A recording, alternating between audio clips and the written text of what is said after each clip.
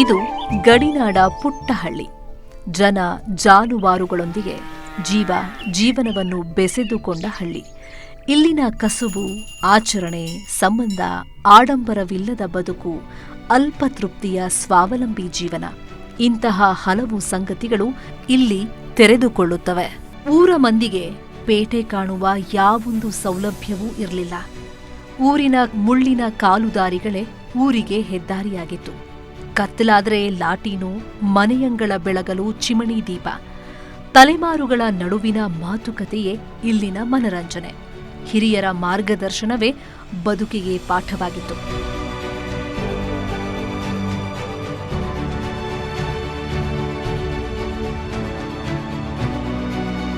ಈ ಪುಟ್ಟ ಹಳ್ಳಿಯಲ್ಲಿ ಪಾದರಕ್ಷೆ ಮೆಟ್ಟದೆ ಅಕ್ಷರ ಕಲಿಯುವ ಹಠಕ್ಕೆ ಬಿದ್ದು ಶಾಲೆಗೆ ಓಡುತ್ತಿದ್ದ ಹುಡುಗ ಛಲ ಹಿಡಿದು ಹಠ ಬಿಡದೆ ಕನಸಿನ ಕೆಲಸಕ್ಕೆ ಸೇರಿ ಕುಗ್ರಾಮದಿಂದ ರಾಜಧಾನಿಯವರೆಗೆ ನಾಡು ಮೆಚ್ಚುವ ಅಧಿಕಾರಿಯಾದ ಪ್ರೇರಣೆಯ ಕಥೆ ಇದು.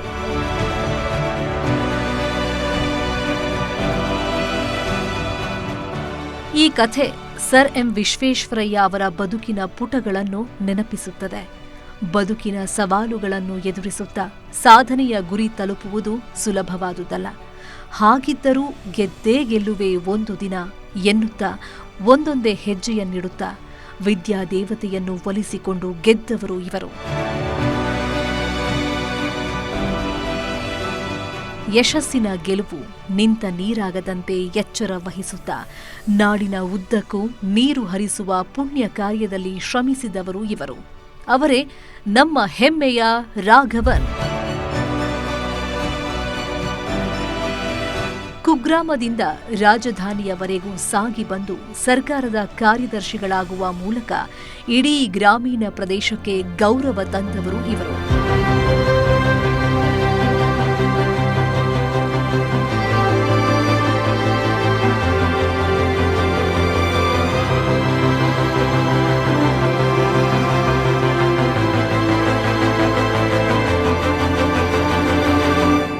ರಾಘವ ಪಥ, ರೆಡ್ಡಿವಾರ ಹಳ್ಳಿಯಿಂದ ರಾಜಧಾನಿಯವರೆಗೆ.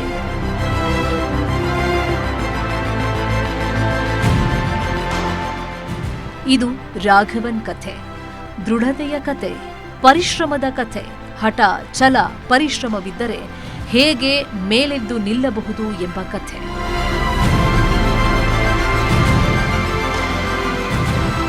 ಶ್ರೀ ರಾಘವನ್ ರವರ ಹುಟ್ಟೂರು ತುಮಕೂರು ಜಿಲ್ಲೆ ಪಾವಗಡ ತಾಲೂಕಿನ ಕರ್ನಾಟಕ ಆಂಧ್ರಪ್ರದೇಶದ ಗಡಿ ಗ್ರಾಮ ರೆಡ್ಡಿವಾರಹಳ್ಳಿ. ತಂದೆ ದಂಡುರಾಮಯ್ಯ ಮತ್ತು ತಾಯಿ ನಾರಾಯಣಮ್ಮ. ರಾಘವನ್ ರವರು ಪ್ರಾಥಮಿಕ ಶಿಕ್ಷಣವನ್ನು ಹುಟ್ಟೂರು ರೆಡ್ಡಿವಾರಹಳ್ಳಿಯಲ್ಲಿ ಪಡೆಯುತ್ತಾರೆ. ರಾಘವನ್ ಅವರು ಶಾಲೆಗೆ ಸೇರಿದ್ದೇ ಒಂದು ವಿಶೇಷ. ಊರಲ್ಲಿ ಶಾಲೆ ಇದ್ದರೂ 2 ವರ್ಷ ಮಾಸ್ತರೇ ಇರಲಿಲ್ಲ. ಇದರಿಂದ ಮಕ್ಕಳು ಆಟವಾಡಿಕೊಂಡು ಕುಣಿದು ಕುಪ್ಪಳಿಸುತ್ತಾ ಸಂಭ್ರಮಿಸುತ್ತಿದ್ದರು. ನಂತರ ಶಾಲೆ ಸೇರಿ ಅಕ್ಷರಾಭ್ಯಾಸದಲ್ಲಿ ತೊಡಗಿಸಿಕೊಂಡರು. ಆಟದ ಜೊತೆಯಲ್ಲೇ ಪಾಠ ಕಲಿಯುತ್ತಾ ಬಾಲ್ಯ ಕಳೆದರು. ಆ ಸಮಯದಲ್ಲಿ ಮಕ್ಕಳ ಪಾಲಿಗೆ ಪ್ರೇರಕ ಶಕ್ತಿಯಂತಿದ್ದುದು ಪಾಠದೊಂದಿಗೆ ಭವಿಷ್ಯವನ್ನು ಕಲಿಸಿದವರು ಅಂದಿನ ಶಿಕ್ಷಕರು.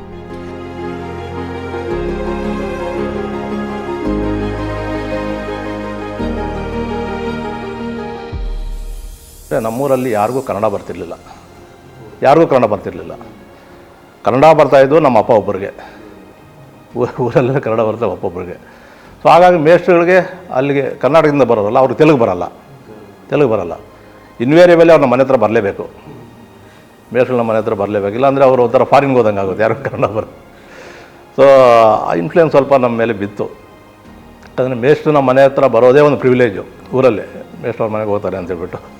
ರಾಘವನ್ ರವರ ಸಾಧನೆಗೆ ಅಡಿಗಲ್ಲಾಗಿದ್ದು ಅವರ ಮನೆ. ದೊಡ್ಡ ಕುಟುಂಬ. ದೊಡ್ಡಪ್ಪ, ಚಿಕ್ಕಪ್ಪ ಜೊತೆಗೆ 2 ಅಣ್ಣಂದಿರು, 1 ಅಕ್ಕ, 3 ತಂಗಿಯರೊಂದಿಗೆ ರಾಘವನ್ ಬದುಕನ್ನು ಸಂಭ್ರಮಿಸಿದರು.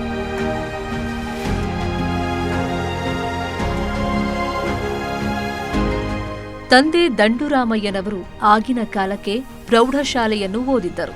ಕೃಷಿ ಮಾಡುತ್ತಾ ತೆಲುಗಿನ ಪ್ರಾಬಲ್ಯದ ರೆಡ್ಡಿವಾರಹಳ್ಳಿಯಲ್ಲಿ ಕನ್ನಡ ಪಸರಿಸುವ ಮೇಷ್ಟ್ರಂತೆ ಇದ್ರು. ಊರಿನವರ ಸಾಲದ ವ್ಯವಹಾರದ ಪತ್ರಗಳನ್ನು ಬರೆದುಕೊಡುತ್ತಿದ್ದ ಅವರು ಊರು ಮಂದಿಯ ಅಂಚೆ ತಂತಿಯ ಸಮಾಚಾರಗಳನ್ನು ಓದಿ ಹೇಳುತ್ತಿದ್ದರು. ಅಲ್ಲದೆ ತಕರಾರುಗಳನ್ನು ಇತ್ಯರ್ಥ ಮಾಡಿ ಪರಿಹಾರ ಹೇಳುವ ಊರು ಪಂಚಾಯಿತಿಯ ಮುಖ್ಯಸ್ಥರಾಗಿದ್ದರು.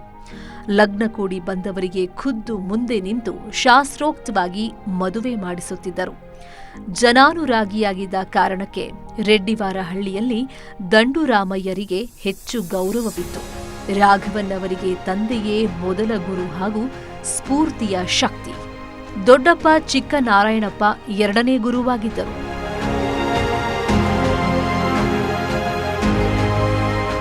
ರಾಘವನ್ ಅವರ ಮಾಧ್ಯಮಿಕ ಹಾಗೂ ಪ್ರೌಢಶಾಲಾ ಶಿಕ್ಷಣವು ತಿರುಮಣಿಯಲ್ಲಿ ನಡೆಯಿತು. ಪ್ರತಿದಿನ ಶಾಲೆಗೆ ಹೋಗುವ ಮೊದಲು ಮುಂಜಾನೆ ಬೇಗ ಎದ್ದು ದನ ಕರುಗಳಿಗೆ ಮೇವು ತಂದು ಹಾಕಿ 5 ಕಿಲೋಮೀಟರ್ ಶಾಲೆಗೆ ನಡೆದುಕೊಂಡೇ ಹೋಗಿ ಬರಬೇಕಾಗಿತ್ತು. ಶಾಲೆ ಮುಗಿಸಿ ಬಂದ್ರೆ ಮತ್ತೆ ಮನೆ ಕೆಲಸಕ್ಕೆ ಅಣಿಯಾಗಬೇಕಿತ್ತು. ಕಾಲಿಗೆ ಚಪ್ಪಲಿ ಇಲ್ಲ, ಪುಸ್ತಕಕ್ಕೆ ಬ್ಯಾಗ್ ಇಲ್ಲ. ಊರು ಕೇರಿಯ ಕಾಲು ಹಾದಿ ಸವೆಸುತ್ತಾ ಹೊರಟು ಹಳ್ಳ ಕೊಳ್ಳ ದಾಟಿ ಕಪ್ಪು ಮಣ್ಣಿನ ಕೆಸರಿನಲ್ಲಿಯೇ ಶಾಲೆಗೆ ತೆರಳುತ್ತಿದ್ದರು.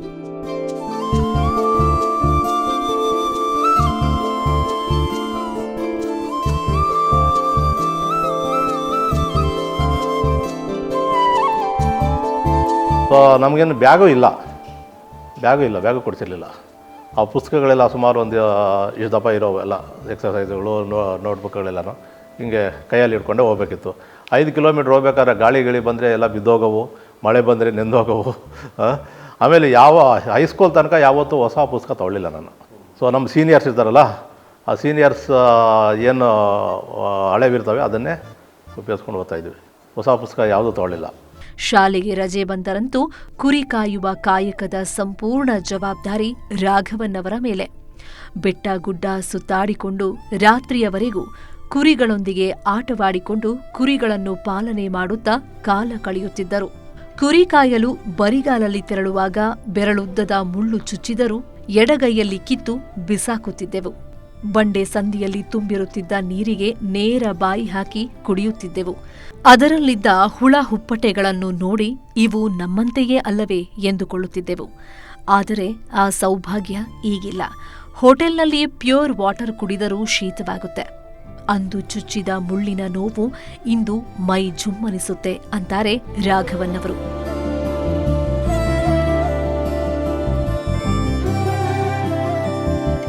ನಮಗೆ ಯಾವಾಗ ಫೆಸಿಲಿಟೀಸ್ ಇರ್ತವೆ ಆವಾಗ ಮಾತ್ರ ನಮಗೆ ಬೇಕನ್ನಿಸುತ್ತೆ. ಆವಾಗ ಅದೇ ದೊಡ್ಡ ಲಕ್ಸುರಿ ನಮಗೆ.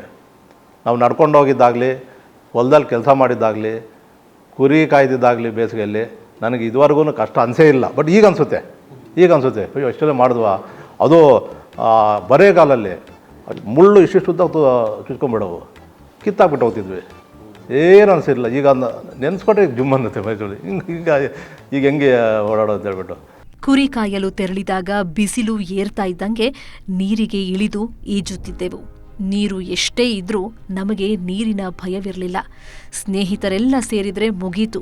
ಈಜುವುದು, ಕುರಿ ಕಾಯುತ್ತಾ ಮಜಾ ಮಾಡುವುದು, ಸಂಭ್ರಮಿಸುವುದೇ ನಮಗೆ ಸ್ವರ್ಗ ಎನಿಸಿತ್ತು ಅಂತಾರೆ ರಾಘವನ್.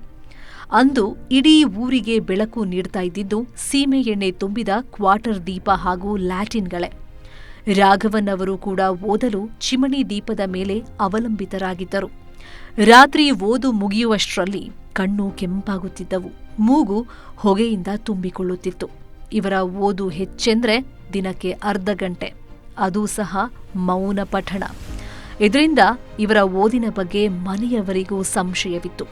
ಆಟವಾಡುತ್ತಲೇ 7ನೇ ತರಗತಿಯಲ್ಲಿ ತಾಲೂಕಿಗೆ ಟಾಪರ್ ಎನಿಸಿದರು. ಎಸ್ಎಸ್ಎಲ್ಸಿಯಲ್ಲಿ ಇಡೀ ಶಾಲೆಗೆ ಟಾಪರ್ ಆದರು.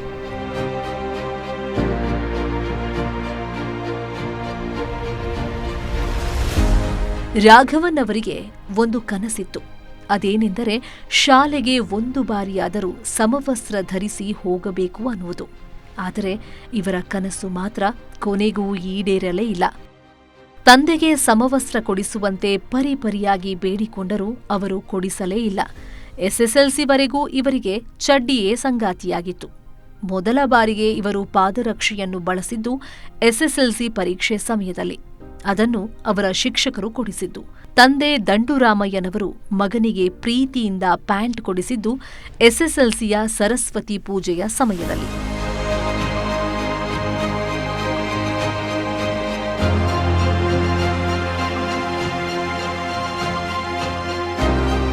ಅಪ್ ಟು 7th ಸ್ಟ್ಯಾಂಡರ್ಡ್ವರೆಗೂ ನಿಕ್ಕಾರ್ ಹಾಕ್ಕೊಂಡು ಹೋಗೋರೆಲ್ಲನೂ, ನಾವು ನಿಕ್ಕಾರ್ ಹಾಕ್ಕೊಂಡು ಹೋಗ್ತಾ ಇದ್ವಿ. ಸೊ ಹೈಸ್ಕೂಲ್ಗೆ ಹೋದ್ಮೇಲೆ ಅಲ್ಲಿ ಸ್ವಲ್ಪ ಹುಡುಗರು ಬೆಳೆದಿರ್ತಾರೆ ಅಂತ ಹೇಳ್ಬಿಟ್ಟು ಪಂಚೆ ಹಾಕ್ಕೊಂಡು ಹೋಗೋರು, ಲುಂಗಿ ಪಂಚೆ ಹಾಕ್ಕೊಂಡು ಹೋಗೋರು. ನಾನು ಇಷ್ಟಿದೆ ಹಾಕೊಳ್ಳ, ನನಗೆ ಪಂಚೆ ಹಾಕ್ಕೊಳ್ಳೋಕ್ಕೂ ಆಗಲ್ಲ. ಸೊ ನಿಕ್ಕರಲ್ಲೇ ಓದಿದ್ವಿ. ಒಂದು 3-4 ಜನ ಮಾತ್ರ ನಿಕ್ಕರ್, ಎಲ್ಲರೂ ಪಂಚೆ ಹಾಕ್ಕೊಂಬರೋರಲ್ಲಿ. ಮೇಷ್ಟ್ರುಗಳು ಪಂಚೆನೇ. ಹಾಗೆ ನಡೀತಾ ಇತ್ತು. ಪ್ಯಾಂಟ್ ಬೇಕಂತ ಹೇಳ್ಬಿಟ್ಟು SLCಗೆ ಹೋದ್ಮೇಲೆ ಪ್ಯಾಂಟ್ ಬೇಕಂತ ಹೇಳ್ಬಿಟ್ಟು ಮಾಮೂಲಿ ಅಳಕ್ಕೆ ಶುರು ಮಾಡೋದು. ಬೆಳಗ್ಗೆನೇ ಸ್ಕೂಲ್ಗೆ ಹೋಗಲ್ಲ ನಾನು ಪ್ಯಾಂಟ್ ಕೊಡ್ತೇನೆ ಅಂತ ಹೇಳ್ಬಿಟ್ಟು, ಬೇಡ ಅಂತ ಹೋಗೋಣ. ಮೊದಲ ಮಗ ಆದಿನಾರಾಯಣಪ್ಪ ಓದು ನಿಲ್ಲಿಸಿ ಮನೆಗೆ ಊರುಗೋಲಾದರು. ಎರಡನೆಯವರಾದ ವೇಣುಗೋಪಾಲ್ ಓದುವ ಸಲುವಾಗಿ ತುಮಕೂರು ಸೇರಿದ್ದರು. ಇವರ ಜೊತೆಯಾಗಿ PUC ಕಲಿಯಲು ಆರಂಭಿಸಿದರು ರಾಘವನ್. ಹಳ್ಳಿಯಿಂದ ಪಟ್ಟಣಕ್ಕೆ ಹೋದ ತಕ್ಷಣ ಪಟ್ಟಣಕ್ಕೆ ಮರುಳಾಗಿ ತಮ್ಮ ಜವಾಬ್ದಾರಿಯನ್ನು ಮರೆಯಲಿಲ್ಲ. ಆದರೆ ಅಪ್ಪ ಕೊಟ್ಟ ಕಾಸಿನಲ್ಲಿ ವಾರಕ್ಕೊಂದು ಸಿನಿಮಾ ನೋಡುವುದನ್ನೂ ಸಹ ಮರೆಯಲಿಲ್ಲ. ಇದೆಲ್ಲ ಎಲ್ಲೆ ಮೀರದಂತೆ ಅಣ್ಣ ನಮಗೆ ಕಾವಲಿದ್ದರು ಅನ್ನುತ್ತಾರೆ ರಾಘವನ್. PUCಯ ನಂತರ ರಾಘವನ್ ತಮ್ಮ ಹಾಗೂ ಮನೆಯವರ ಇಚ್ಛೆಯಂತೆ ತುಮಕೂರಿನ ಸಿದ್ಧಗಂಗಾ ತಾಂತ್ರಿಕ ಮಹಾವಿದ್ಯಾಲಯದಲ್ಲಿ ಇಂಜಿನಿಯರಿಂಗ್ ಪದವಿ ಓದಲು ಆರಂಭಿಸಿದರು.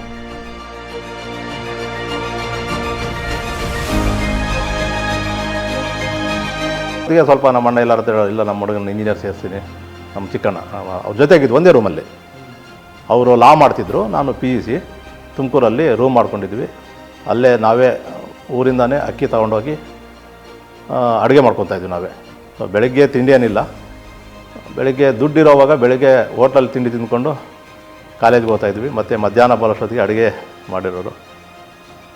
ಇದು ದುಡ್ಡಿಲ್ಲ ಅಂದರೆ ಬೆಳಗ್ಗೆ ತಿಂಡಿ ಸ್ಕಿಪ್ಪು. ಸೊ ನಮ್ಮ ಅಣ್ಣ ಅಲ್ಲಿದ್ದರಿಂದ ನಾನು ಸ್ವಲ್ಪ ಡಿಸಿಪ್ಲಿನ್ ಕಲ್ತ್ಕೊಂಡೆ. ಸೊ ಅವರು ಸ್ವಲ್ಪ ಸ್ಟ್ರಿಕ್ಟಾಗಿಟ್ಟಿದ್ರು ನಮ್ಮನ್ನು. ರಾಘವನ್ ಅವರಿಗೆ ಇಂಜಿನಿಯರಿಂಗ್ ಮುಗಿಸಿದ ಬಳಿಕ ಕಠಿಣ ಪರಿಸ್ಥಿತಿ ಎದುರಾಗಿತ್ತು. ಅಂದುಕೊಂಡಂತೆ ಕೆಲಸ ಸಿಗದೇ ಇದ್ದಾಗ ಸಿಕ್ಕ ಉದ್ಯೋಗ ಬಿಟ್ಟು ಅಹಂಕಾರ ಮೆರೆದ ಎಂದು ಆಡಿಕೊಂಡರು. ಪಟ್ಟಣದಲ್ಲಿ ಕೆಲಸ ಸಿಗದೆ ಕೊನೆಗೆ ಇದ್ದೂರಲ್ಲೇ ಬದುಕು ಕಟ್ಟಿಕೊಳ್ಳೋಣ ಎಂದು ಊರಿಗೆ ಹೋದ ರಾಘವನ್ ಕೃಷಿಯತ್ತ ಗಮನ ಹರಿಸಿದರು. ಹೀಗೆ ಕೃಷಿ ಚಟುವಟಿಕೆಯಲ್ಲಿ ತಲ್ಲೀನರಾಗಿದ್ದ ರಾಘವನ್ರಿಗೆ ಅದೊಂದು ದಿನ ತಂದೆಯ ಹಿತೈಷಿಗಳಾದ ಸಿದ್ದಯ್ಯನವರು ಮನೆಗೆ ಬಂದು ಯೋಗಕ್ಷೇಮ ವಿಚಾರಿಸುತ್ತಾ ವಿದ್ಯೆಯ ಮಹತ್ವವನ್ನು ತಿಳಿ ಹೇಳಿದರಷ್ಟೇ ಅಲ್ಲದೆ ಬೆಂಗಳೂರಿನಲ್ಲಿ ಕಾವೇರಿ ಸ್ಟೀಲ್ ಎಂಬ ಕಂಪನಿಯಲ್ಲಿ ತಿಂಗಳಿಗೆ 1200 ರೂಪಾಯಿಯ ಕೆಲಸ ಕೊಡಿಸಿದರು. ಅದೇ ನನ್ನ ಜೀವನದ ಟರ್ನಿಂಗ್ ಪಾಯಿಂಟ್ ಅನ್ನುತ್ತಾರೆ ರಾಘವನ್.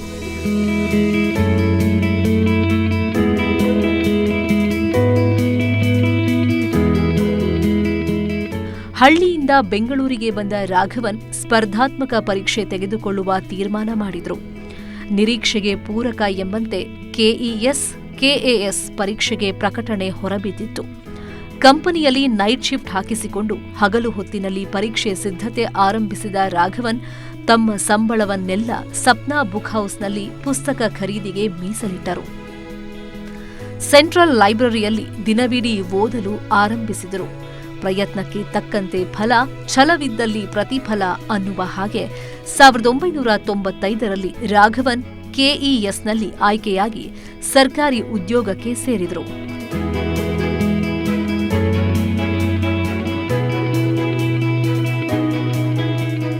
ಕೆಲವು ಅವಮಾನಗಳು ಆಗಬೇಕು, ಮನುಷ್ಯನಿಗೆ ಅವಮಾನ ಆಗಬೇಕು. ಅವಮಾನ ಆದರೆ ಮಾತ್ರ ಸಾಧನೆ ಮಾಡೋಕ್ಕೆ ಅದೊಂದು ರೂಟ್ ದಾರಿ ಆಗುತ್ತೆ.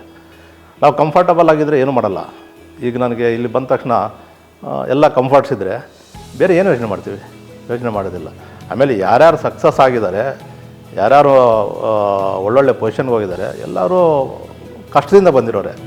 ರಾಘವನ್ ಹುಟ್ಟಿ ಬೆಳೆದಿದ್ದೆಲ್ಲ ಪಾವಗಡವೆಂಬ ಬರಪೀಡಿತ ಪ್ರದೇಶದಲ್ಲಿ. ಅಲ್ಲಿ ಹನಿ ನೀರಿಗೂ ಪರದಾಡುವಂತ ಪರಿಸ್ಥಿತಿ. ಕೃಷಿ ಚಟುವಟಿಕೆಗೆ ಇರಲಿ, ಕುಡಿಯುವ ನೀರಿಗೂ ಹಾಹಾಕಾರ. ಈ ಸಮಸ್ಯೆಗಳನ್ನೆಲ್ಲ ಚಿಕ್ಕ ವಯಸ್ಸಿನಿಂದಲೂ ಸೂಕ್ಷ್ಮವಾಗಿ ಗಮನಿಸುತ್ತಿದ್ದ ಆ ಪುಟ್ಟ ಬಾಲಕ ರಾಘವನ್, ನಾನು ದೊಡ್ಡವನಾದ ಮೇಲೆ ಸರ್ಕಾರಿ ಕೆಲಸಕ್ಕೆ ಸೇರಿ ಇಂತಹ ಸಮಸ್ಯೆಗಳಿಗೆ ಸ್ವಲ್ಪ ಮಟ್ಟಿಗಾದರೂ ಪರಿಹಾರ ಒದಗಿಸಬೇಕು ಎಂಬ ತುಡಿತವಿತ್ತು. ಅದೇ ರೀತಿ ರಾಘವನ್ ಅವರು ಕರ್ನಾಟಕ ಸರ್ಕಾರದ ಸಣ್ಣ ನೀರಾವರಿ ಮತ್ತು ಅಂತರ್ಜಲ ಅಭಿವೃದ್ಧಿ ಇಲಾಖೆಯ ಸರ್ಕಾರದ ಅತ್ಯುನ್ನತ ಕಾರ್ಯದರ್ಶಿಗಳಾದರು. ಜೊತೆಗೆ ಇಲಾಖೆಯ ದಕ್ಷಿಣ ವಲಯದಲ್ಲಿ ಮುಖ್ಯ ಇಂಜಿನಿಯರ್ ಆಗಿ, ಉತ್ತರ ವಲಯ ವಿಜಯಪುರದಲ್ಲಿ ಅಧೀಕ್ಷಕ ಇಂಜಿನಿಯರ್ ಆಗಿ ಕಾರ್ಯನಿರ್ವಹಿಸುವ ಮೂಲಕ ಬರಪೀಡಿತ ಪ್ರದೇಶಕ್ಕೆ ಹಾಗೂ ಬಡ ಕುಟುಂಬಗಳಿಗೆ ನೀರೊದಗಿಸುವ ಪುಣ್ಯ ಕಾರ್ಯದಲ್ಲಿ ಭಾಗಿಯಾದರು.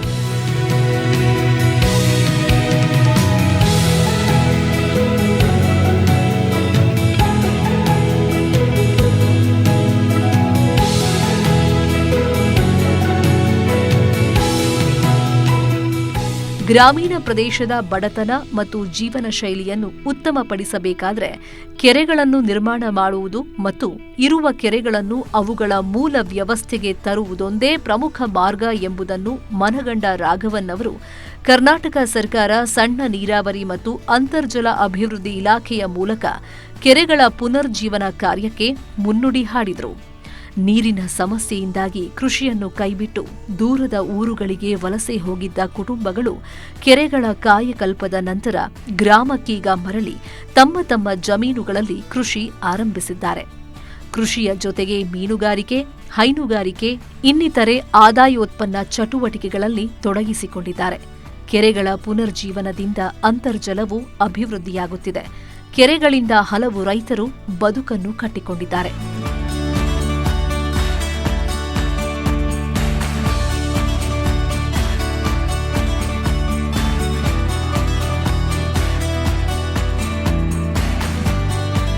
ಬೋರ್ವೆಲ್ ಹಾಕ್ಕೊಂಡು ಅಲ್ಲಿಂದ ನೀರಾವರಿ ಮಾಡ್ಕೊಳ್ಳೋದಕ್ಕೆಲ್ಲ ಪ್ರಯತ್ನ ಮಾಡ್ತಾರೆ. ಹಾಗಾಗಿ ಗ್ರೌಂಡ್ ವಾಟರ್ನು ಕಡಿಮೆ ಆಗ್ತಾಯಿದೆ.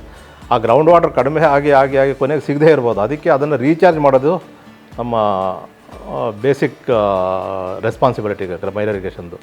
ಆ ಥರ ಕೆಲಸಗಳು ಭಾಳ ಮಾಡ್ತಾಯಿದ್ದೀವಿ. ಈ ಸೆಕೆಂಡ್ರಿ ಟ್ರೀಟೆಡ್ ವಾಟ್ರ್ ಉಪಯೋಗಿಸ್ಕೊತಾ ಇರೋದು first of it's kind. Actually ನಮ್ಮ ದೇಶದಲ್ಲಿ ಎಲ್ಲೂ ಮಾಡ್ತಾಯಿಲ್ಲ. ಇಷ್ಟು ನೀರು ವೃಥಾ ಹರಿದೋಗ್ತಾ ಇತ್ತು. ಇಲ್ಲಿ ಈ ಹಳ್ಳದಲ್ಲಿ ಹೋಗ್ಬಿಟ್ಟು ಕೊನೆಗೆ ಸಮುದ್ರಕ್ಕೆ ಹೋಗೋದು. ಅದನ್ನು ಉಪಯೋಗಿಸ್ಕೊತಾ ಇದ್ವಿ. ಸುಮಾರು ಒಂದು 800 MLD per day, 850 MLD per day ನಾವು ಉಪಯೋಗಿಸ್ಕೊಂಡು ಅದನ್ನು ಎಲ್ಲ ಕೆರೆಗಳು ತುಂಬಿಸ್ತಾ ಇದ್ದೀವಿ.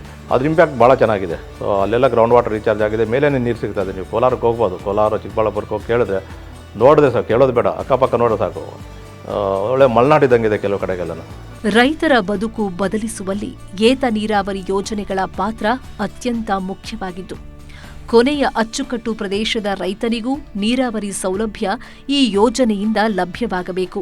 ಈ ಉದ್ದೇಶದಿಂದ ಇಲಾಖೆಯ ಕಾರ್ಯದರ್ಶಿಗಳಾಗಿದ್ದ ರಾಘವನ್ ಮತ್ತು ಅವರ ತಂಡವು ಇಂತಹ ಹಲವು ಯೋಜನೆಗಳನ್ನು ಅನುಷ್ಠಾನಗೊಳಿಸುವ ಮೂಲಕ ಜನ ಮೆಚ್ಚುಗೆಗೆ ಪಾತ್ರವಾಗಿದ್ದಾರೆ.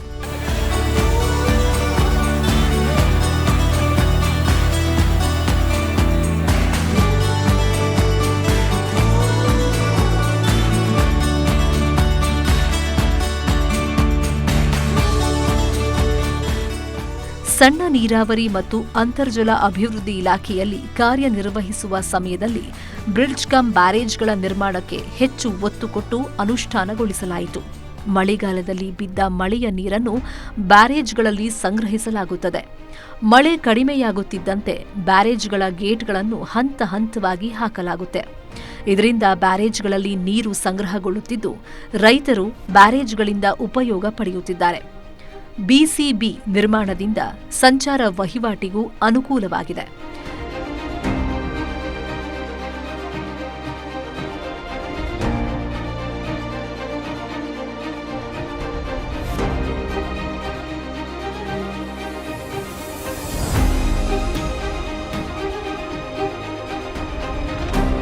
ರಾಜ್ಯದ ವಿವಿಧ ಭಾಗಗಳಲ್ಲಿ ಪ್ರತಿ ವರ್ಷ 100 ಚೆಕ್ ಡ್ಯಾಂ ನಿರ್ಮಾಣ ಮಾಡುವ ಮೂಲಕ ಸಣ್ಣ ರೈತರು ತಮ್ಮ ಬದುಕು ರೂಪಿಸಿಕೊಳ್ಳಲು ಅನುಕೂಲವಾಗಿದೆ.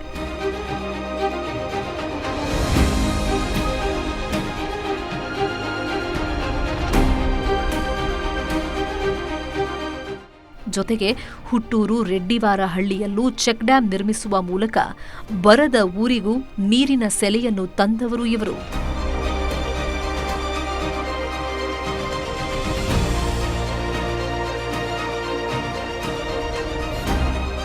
ಬಯಲು ಸೀಮೆಯ ನೀರಾವರಿ ಸಮಸ್ಯೆಗಾಗಿ ಅನುಷ್ಠಾನಗೊಂಡ ಪ್ರಮುಖ ಯೋಜನೆಗಳಲ್ಲಿ ಒಂದಾದ ಎಚ್ಎನ್ ವ್ಯಾಲಿ, ಕೆಸಿ ವ್ಯಾಲಿ ಹಾಗೂ ವೃಷಭಾವತಿ ವ್ಯಾಲಿ ನೀರಾವರಿ ಯೋಜನೆ ಕ್ಷಿಪ್ರ ಹಾಗೂ ಸುಸೂತ್ರವಾಗಿ ಕೈಗೂಡಲು ಕಾರಣ ರಾಘವನ್ ರವರ ವಿಶಿಷ್ಟ ಸೇವೆ ಎಂದರೆ ತಪ್ಪಾಗಲಾರದು. ಈ ಯೋಜನೆಯಿಂದ 100 ಕೆರೆಗಳು ತುಂಬಿದವಷ್ಟೇ ಅಲ್ಲದೆ ಸಾವಿರಾರು ಬೋರ್ವೆಲ್ಗಳು ಮರುಪೂರ್ಣಗೊಳ್ಳುತ್ತಿವೆ.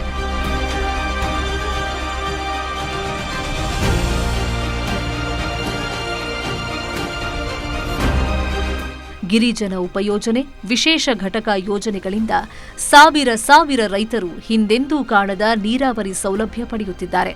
ಇದರಿಂದ ರೈತರು ಆರ್ಥಿಕವಾಗಿ ಸ್ವಾವಲಂಬಿಗಳಾಗುತ್ತಿದ್ದಾರೆ.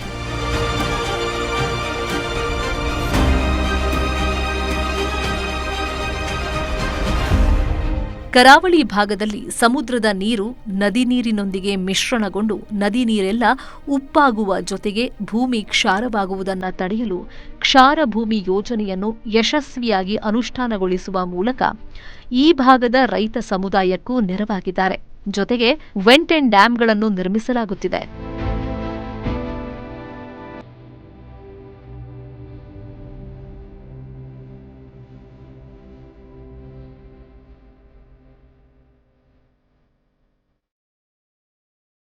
ಜಲ ಸಂವರ್ಧನೆ ಯೋಜನೆ, ಸಮುದಾಯದ ಮೂಲಕವೇ ಕೆರೆಗಳನ್ನು ಅಭಿವೃದ್ಧಿಪಡಿಸುವ ವಿನೂತನ ಯೋಜನೆಯಲ್ಲಿ ಅಧೀಕ್ಷಕ ಇಂಜಿನಿಯರ್ ಆಗಿ ಕೆಲಸ ನಿರ್ವಹಿಸುವ ಮೂಲಕ ಜನರಿಗೆ ನೀರ ನೆಮ್ಮದಿ ನೀಡುವ ಮತ್ತೊಂದು ಸಾರ್ಥಕ ಭಾವ ಒದಗಿ ಬಂದಿತ್ತು ರಾಘವನ್ ಅವರಿಗೆ. ರಾಘವನ್ ಅವರ ವೃತ್ತಿ ಜೀವನದ ಮತ್ತೊಂದು ಮೈಲುಗಲ್ಲು ಯಗಚಿ ಜಲಾಶಯ ನಿರ್ಮಾಣ. ಹಾಸನ ಜಿಲ್ಲೆ ಬೇಲೂರು ತಾಲೂಕಿನಲ್ಲಿರುವ ಈ ಜಲಾಶಯವನ್ನು ಯಗಚಿ ನದಿಗೆ ನಿರ್ಮಿಸಲಾಗಿದೆ. ಆರಂಭವಾಗಿ ನಿಂತಿದ್ದ ಕೆಲಸವನ್ನು ಕೈಗೆತ್ತಿಕೊಂಡ ರಾಘವನ್ ಮತ್ತು ಅವರ ತಂಡ 3 ವರ್ಷದಲ್ಲಿ ಕಾಮಗಾರಿಯನ್ನು ಸಂಪೂರ್ಣವಾಗಿ ಮುಗಿಸಿದರು. ಸರ್ಕಾರದ ಕೆಲಸ ದೇವರ ಕೆಲಸದಂತೆ ಮಾಡಿದರು. ಕೃಷಿ ಹಾಗೂ ಕುಡಿಯುವ ನೀರಿನ ಪೂರೈಕೆಗಾಗಿ ಬಳಸುವ ಜೊತೆಗೆ ಯಗಚಿ ಡ್ಯಾಂ ಪ್ರವಾಸೋದ್ಯಮ ಸ್ಥಳವಾಗಿ ಮಾರ್ಪಾಡಾಗಿದೆ.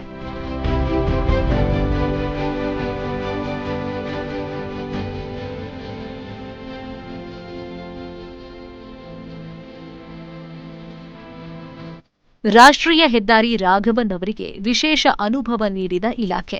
ಇವರು ಅಧೀಕ್ಷಕ ಇಂಜಿನಿಯರ್ ಆಗಿ ಅಧಿಕಾರ ವಹಿಸಿಕೊಂಡ ನಂತರ ಮೊದಲಿಗೆ ಘಾಟ್ ರಸ್ತೆಗಳಾದ ಶಿರಾಡಿ, ಚಾರ್ಮಾಡಿ ಮತ್ತು ಸಂಪಾಜೆ ಘಾಟ್ ರಸ್ತೆಗಳ ಕಾರ್ಯಾಚರಣೆ ಮತ್ತು ನಿರ್ವಹಣೆಯನ್ನು ಅತ್ಯುತ್ತಮವಾಗಿ ಕೈಗೊಂಡಿದ್ದು ರಾಘವನ್ ಅವರ ಅವಧಿಯಲ್ಲಿನ ಅತ್ಯುತ್ತಮ ಸಾಧನೆ.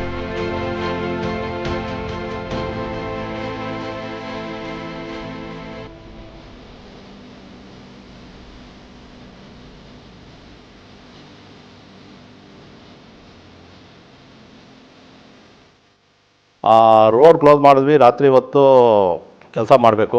ಕಾಡು ಪ್ರಾಣಿಗಳೆಲ್ಲ ಬರ್ತವೆ, ಆನೆಗಳು ಬರ್ತವೆ. ಹುಲಿ ನೋಡಿದ್ವಿ ನಾವು, ಅದು ನೋಡಿಬಿಟ್ಟು ಲೇಬರ್ಸ್ ಎಲ್ಲ ಓಡೋಗ್ಬಿಡ್ತಾರೆ. ಬಂದವರೆಲ್ಲ ಬ್ಯಾಚ್ ಎಲ್ಲ ಓಡೋಗ್ಬಿಡ್ತಾರೆ. ಸೊ ಮತ್ತು ಇನ್ನೊಬ್ಬನ ಕರ್ಕೊಂಬರ್ಬೇಕು. ತುಂಬ ಕಷ್ಟದ ಕೆಲಸ. ಬಟ್ ಒಳ್ಳೆ ಕಾಂಟ್ರಾಕ್ಟರ್ ಸಿಕ್ಕಿದ್ರು, ಓಷನ್ ಅಂತ ಹೇಳ್ಬಿಟ್ಟು. ಆಮೇಲೆ ನಮಗೆ ಸಪೋರ್ಟಿಂಗಾಗಿ ನಮ್ಮ ಇದ್ದರು, ಮೃತ್ಯುಂಜಯ ಸ್ವಾಮಿ ಇದ್ದರು, ಅವ್ರ ಗೈಡೆನ್ಸು. ಆಮೇಲೆ ನಮ್ಮ ಇವರು ಸ್ಟಾಫ್ ಒಳ್ಳೆಯವರಿದ್ದರು. ಒಬ್ಬ ಇವರು ಪ್ರಸನ್ನ ಅಂತ ಹೇಳ್ಬಿಟ್ಟು ಎಕ್ಸಿಕ್ಯೂಟಿವ್ ಎಡಬಲಿ ಇದ್ದರು ನನ್ನ ಹತ್ರ. ಅವರು ಮುನಿರಾಜ್ ಅಂತ ಒಬ್ಬರಿದ್ದರು. 26 ಕಿಲೋಮೀಟ್ರ್ ಇಂಟ್ಯಾಕ್ಟ್. ಈಗಲೂ ಖುಷಿ ಆಗುತ್ತೆ ರೋಡಾಗೋಕ್ಕೆ. ಹುಟ್ಟೂರಿನ ಋಣ ತೀರಿಸಬೇಕೆಂಬ ಹಂಬಲದಿಂದ ತಮ್ಮ ಊರಿಗೂ ಯೋಜನೆಯೊಂದರಲ್ಲಿ ರಸ್ತೆ ನಿರ್ಮಾಣವಾಗುವ ಹಾಗೆ ಮಾಡಿದರು. ಹೀಗೆ ನಿರ್ಮಾಣವಾದ ರಸ್ತೆಯಿಂದಾಗಿ ಊರು ದೊಡ್ಡ ಮಟ್ಟಕ್ಕೆ ಬೆಳೆಯಲು ಕಾರಣವಾಗಿದೆ.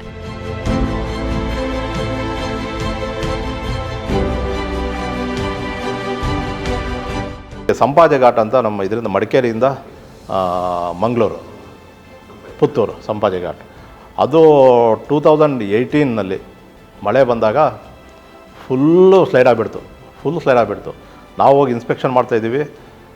ಸ್ಲೈಡಿಂಗ್ ಆಗಿತ್ತು ಆಲ್ರೆಡಿ. ಕಾರ್ ತಗೊಂಡಾಗ ನಿಲ್ಲಿಸಿದ್ವಿ. ಇಲ್ಲೇನೋ ನೋಡೋಣ ಅಂತೇಳ್ಬಿಟ್ಟು ಮುಂದೆ ಹೋದ್ವಿ. ಕೆಳಗಡೆ ಇಳಿತಾ ಇದೆ. ಓಡೋಗ್ಬಿಟ್ವಿ, ಕಾರ್ ಬಿಟ್ಬಿಟ್ಟು ಆಮೇಲೆ ಒಂದು 15 ದಿವಸ ಆದಮೇಲೆ ಕಾರ್ ತೊಗೊಂಬಂದ್ವಿ. 2 ಕಡೆ ಸ್ಲೈಡ್ ಆಗಿಬಿಟ್ಟಿದೆ. ಕಾರ್ ಹತ್ರ ಏನಾಗಿರಲಿಲ್ಲ. ಘಾಟ್ ಸೆಕ್ಷನ್ ಒಂಥರ ಚಾಲೆಂಜಿಂಗ್ ವರ್ಕ್ಸ್ ಅವೆಲ್ಲ.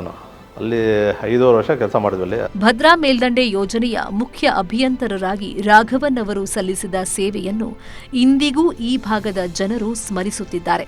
ಈ ಯೋಜನೆಗೆ ರಾಷ್ಟ್ರೀಯ ಮಾನ್ಯತೆ ದೊರಕಿಸಿಕೊಡಲು ಅಪಾರವಾಗಿ ಶ್ರಮಿಸಿದ್ದಾರೆ. ಭದ್ರಾ ಮೇಲ್ದಂಡೆ ಯೋಜನೆ ಇಡೀ ಮಧ್ಯ ಕರ್ನಾಟಕಕ್ಕೆ ನೀರುಣಿಸುವ ಅತ್ಯಂತ ಮಹತ್ವದ ಯೋಜನೆ. ಇದನ್ನು ಶೀಘ್ರ ಪೂರ್ಣಗೊಳಿಸಿ ಇದರ ವ್ಯಾಪ್ತಿಯ ರೈತರುಗಳಿಗೆ ನೀರಾವರಿ ಕಲ್ಪಿಸಬೇಕೆಂಬ ತಮ್ಮ ಕನಸು ಈಡೇರಿಕೆಗೆ ಇವರು ಪಟ್ಟ ಶ್ರಮ ಅಪಾರ.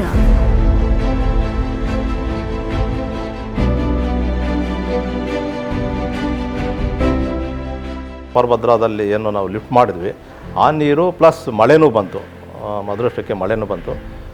1936 ಆದಮೇಲೆ ಮೊನ್ನೆ 2022ನಲ್ಲಿ ತುಂಬ್ತದು.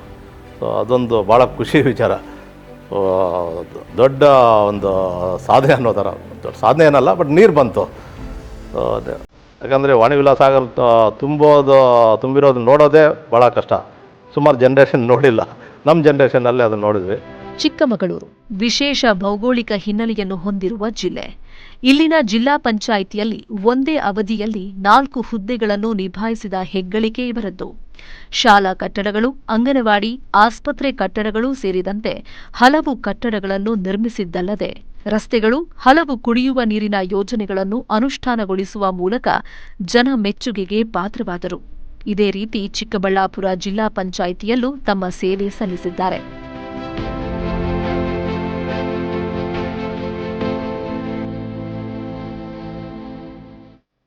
ಕರ್ನಾಟಕ ವಸತಿ ಶಿಕ್ಷಣ ಸಂಸ್ಥೆಗಳ ಸಂಘಗಳಲ್ಲಿ ಅಧೀಕ್ಷಕ ಇಂಜಿನಿಯರ್ ಆಗಿ, ವಿಶ್ವೇಶ್ವರಯ್ಯ ಜಲ ನಿಗಮ ನಿಯಮಿತದಲ್ಲಿ ತಾಂತ್ರಿಕ ನಿರ್ದೇಶಕರಾಗಿ, ಬೆಂಗಳೂರು ಅಭಿವೃದ್ಧಿ ಪ್ರಾಧಿಕಾರದಲ್ಲಿಯೂ ರಾಘವನ್ ಅವರು ತಮ್ಮ ಸೇವೆ ಸಲ್ಲಿಸಿದ್ದಾರೆ.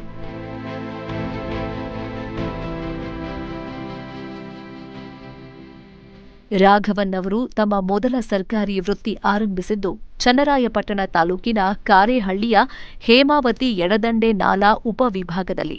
ಜೊತೆಗೆ ಮಂಡ್ಯ ಜಿಲ್ಲೆಯ ದುದ್ದ ಉಪವಿಭಾಗದಲ್ಲಿಯೂ ಸಹಾಯಕ ಕಾರ್ಯಪಾಲಕ ಅಭಿಯಂತರರಾಗಿ ಸೇವೆ ಸಲ್ಲಿಸಿದ್ದಾರೆ. ತಮ್ಮ ಇಡೀ ಸೇವಾ ಅವಧಿಯ ಇಷ್ಟೆಲ್ಲ ಸಾಧನೆಗೆ ತಮ್ಮ ಜೊತೆಗೆ ಸೇವೆ ಸಲ್ಲಿಸಿದ ಅಧಿಕಾರಿಗಳ ತಂಡವೇ ಕಾರಣ. ತಮ್ಮ ಶ್ರಮದ ಫಲದಲ್ಲಿ ಅವರದ್ದೇ ದೊಡ್ಡ ಭಾಗ ಅನ್ನುತ್ತಾರೆ ರಾಘವನ್.